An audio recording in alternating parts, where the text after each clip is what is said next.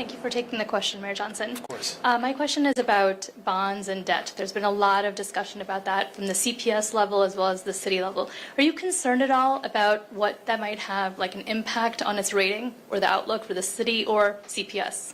Well, look, of course there are concerns about the financial conditions of our city. You know, unfortunately, these concerns have been in the ether for a lot of years now. So it's our responsibility to fix the problems that we inherited. And what I will say, though, is this.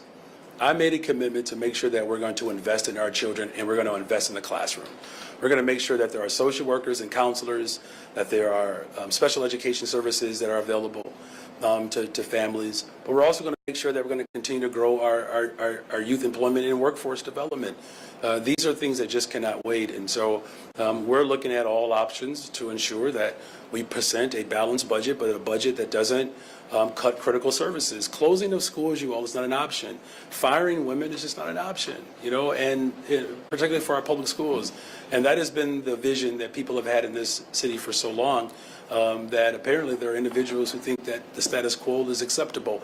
It's not for me, though.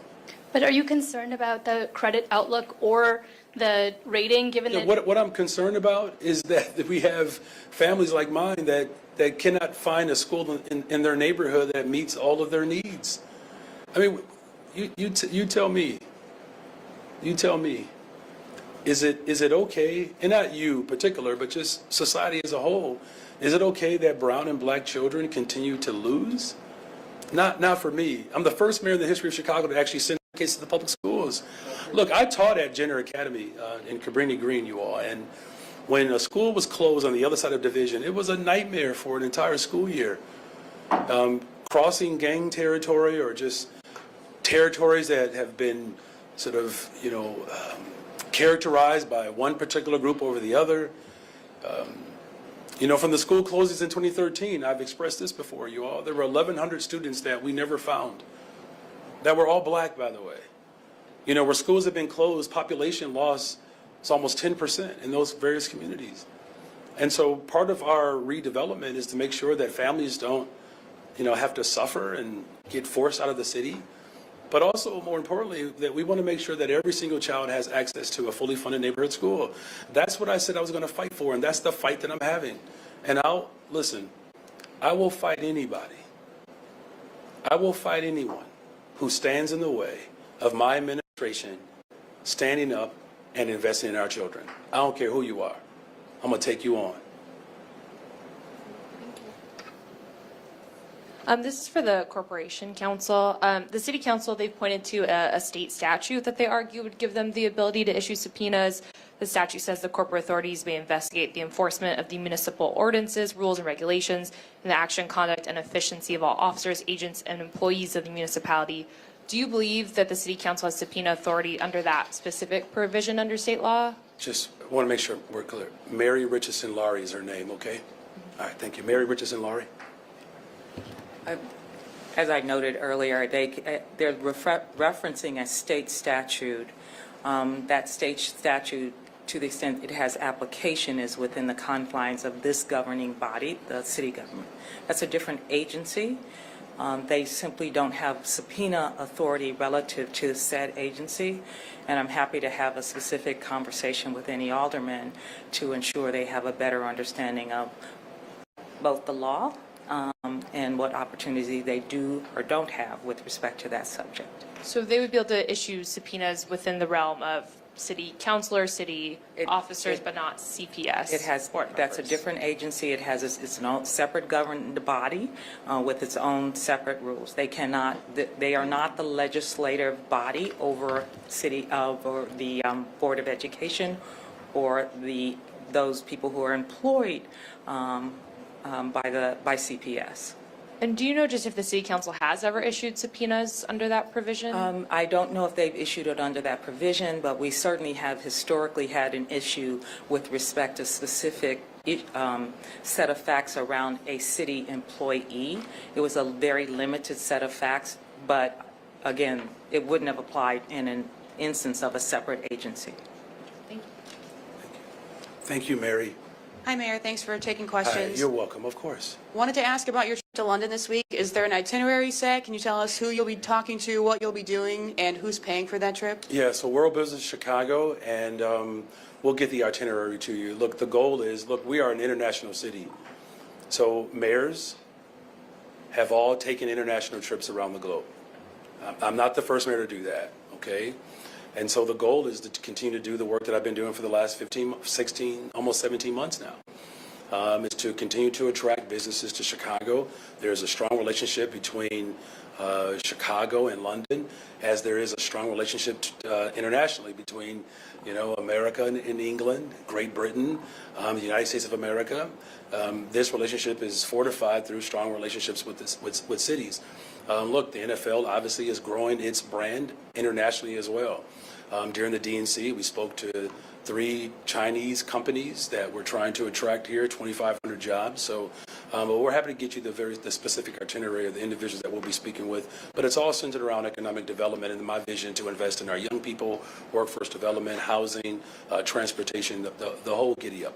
And who's paying for that trip? World Business Chicago. And just as a follow-up to that, wanted to ask, you talk about international business, but you'll be missing the marathon here, which arguably brings, more world tourists to Chicago than anything else. Thoughts on that? Yeah, look, first of all, runners are awesome. I mean, I'm more of a bike rider, so I'm grateful to all the runners who will attend from all over the globe.